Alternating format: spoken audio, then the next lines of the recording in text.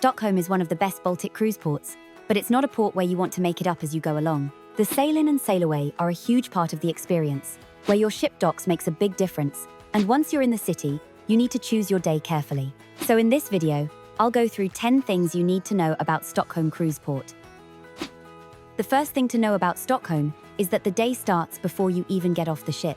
This is one of the best sail-ins on a Baltic cruise, because before you arrive in Stockholm, your ship sails through the Stockholm archipelago. And honestly, this is one of the big reasons Stockholm feels so special as a cruise port. You're not just sailing into a normal harbour or arriving beside a city centre. You're passing islands, forested shorelines, little red and yellow houses, small boats, rocky outcrops, and narrow channels. It feels very different from most Baltic cruise ports. Even if you only watch part of the sail-in, you'll get a much better feel for the place before you even step ashore. And the same applies when you leave. Don't rush inside straight after sail-away, because the journey back out through the archipelago can be just as good as the arrival. The views keep changing as the ship moves through the islands, and this is one of those sailaways where it's worth finding a good spot on the open deck and staying there for a while. The next thing to know is that cruise ships don't all dock in the same place in Stockholm. Frihamnen, which is also known as Freeport, is one of the main cruise terminals for larger ships. It's over 4 kilometers from the city centre, so this isn't a port where you step off the ship and you're immediately in the old town. Värtahamnen is just north of Frihamnen. It's also outside the main sightseeing centre, so if your ship docks there, you'll still need some form of transport into the city. Stadsgården is much closer in. It's on the Södermalm side of the city and is far more convenient if you want to get towards Gamla Stan, which is Stockholm's old town. Nynäshamn is much further away from Stockholm, around 60 kilometers south of the city. Some very large ships, or ships that can't come all the way into Stockholm, may dock there instead. If your ship docks at Frihamnen, the cruise terminal is practical, rather than somewhere you'll spend much time. There are proper cruise facilities, and on a cruise day, you can usually expect the basics you need before heading into the city. There's a tourist information, toilets, a small souvenir shop, and Wi-Fi available in or around the terminal area. That's useful, especially if you need to check maps, messages, tickets, or transport information before you head off. But Frihamnen doesn't feel like stepping straight into Stockholm. It's a port area, so once you leave the ship, the main thing you're doing is deciding how you're going to get into the city.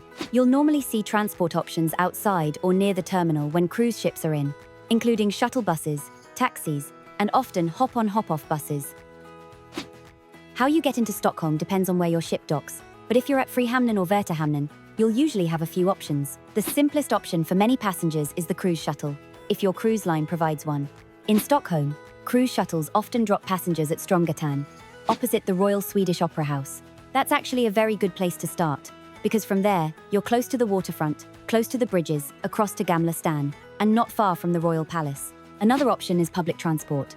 From Frihamnen, the bus to know about is bus 76, and it can get you towards places like Kungsträdgården and Slottsbacken. So if you're comfortable using local public transport, it can be a good way to get from the cruise port into the centre without relying on a cruise shuttle.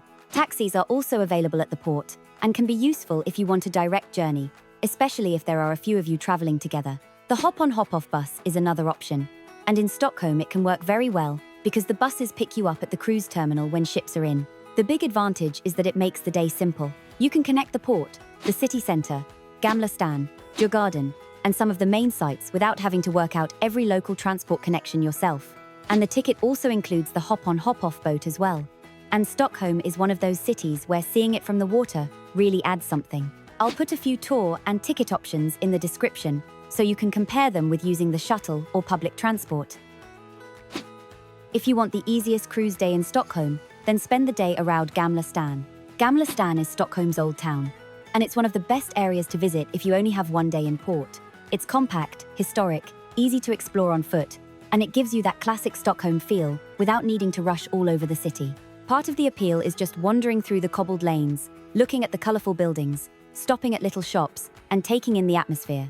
The main square is Stortorget, and that's one of the most recognisable places in Stockholm. It's the square with those colourful narrow buildings that you often see in photos of the old town. It can get busy, especially when cruise ships are in, but it's still worth seeing. It's worth giving yourself time just to wander, because Gamla Stan is one of those places where the smaller side streets are often just as nice as the main ones. The Royal Palace is also right beside Gamla Stan, and it's one of the easiest major sites to include on a cruise day. Even if you don't go inside, the outside is impressive, and the palace area works well as part of a walking route. If the timing works, You may also be able to see the changing of the guard. There are also churches, museums, shops, cafes, and places to stop for lunch or a drink. If you want to do more than Gamla Stan, Stockholm has some excellent options that are still realistic on a cruise day. The big one is the Vasa Museum. The Vasa is a 17th century warship that sank shortly after leaving on its maiden voyage. What makes the museum so impressive is that you're not just looking at small pieces of the ship, you're looking at the actual preserved ship, and it's enormous. Even if you're not usually a museum person, the Vasa Museum is one of those places that's easy to appreciate because of the scale of it. The Vasa Museum is on Djurgården, which is one of the key sightseeing areas in Stockholm. Close by, you'll also find the ABBA Museum. This is a completely different experience from the Vasa Museum, but it's a fun option if you want something lighter. It's interactive, so it isn't just displays behind glass. There are music, costumes, interactive elements, and plenty for ABBA fans. Also on Djurgården, you've got Skansen, which is an open-air museum, and Gröna Lund, the amusement park. A boat tour is also worth considering. Stockholm is built around water, and you understand the city much better when you see it from the water. A boat tour gives you views of the islands, waterfront buildings, museums, and bridges, and it can be a lovely way to break up the day if you've already done some walking. If your cruise includes an overnight stop in Stockholm, that changes everything. With a normal one-day stop, you have to make choices. You won't be able to fit Gamla Stan, the Vasa Museum, the ABBA Museum, and a boat tour all in the same day. But with an overnight stay, Stockholm becomes much easier and much more enjoyable. You can split the city into sections instead of trying to see everything in one go.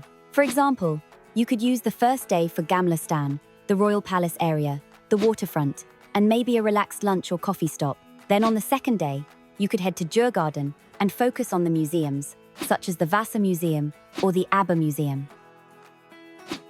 Stockholm is a very doable DIY cruise port. You don't need a cruise line excursion just to see Gamla Stan, the Royal Palace area, or one of the main museums. The cruise shuttle is the simplest option if you just want to be dropped somewhere central and explore on foot. Bus 76 can be a good public transport option from Frihamnen if you're happy using local buses. And the hop-on hop-off bus can be a good middle option if you want something simple, tourist-friendly, and designed around the main sites. If your ticket includes the boat, it can help you connect the city centre with Djurgården while also giving you a scenic view of the city from the water. That's why it can be a good option for first-time visitors. Stockholm is not the cheapest cruise port, and you'll probably notice that once you start paying for food, drinks, attractions, and transport. Attractions, such as the Vasa Museum and the ABBA Museum, are paid attractions. So, if you're doing more than one museum, the cost can add up. Food and drink can also be expensive, especially in the more touristy parts of Gamla Stan or around the waterfront. The good news is that Stockholm also has plenty you can enjoy without spending much. Walking by the Royal Palace, exploring the old town streets, and spending time along the waterfront can all be done without spending any money. The final thing to know is that you need to allow enough time to get back to the ship. If you're using the cruise shuttle, check the last return time before you head off for the day. If you're using hop-on hop-off buses, be careful later in the day, as they can get really busy when lots of cruise passengers are trying to return to the ship at the same time. And because Stockholm is spread across islands, it's easy to underestimate how long it takes to move between places. So that's 10 things you need to know about Stockholm Cruise Port. Next, watch my Copenhagen Cruise Port guide. Just like Stockholm, where you dock really matters, especially if your ship is at Ocean Quay. I'll show you how to get into the city and what you can realistically see in one cruise day.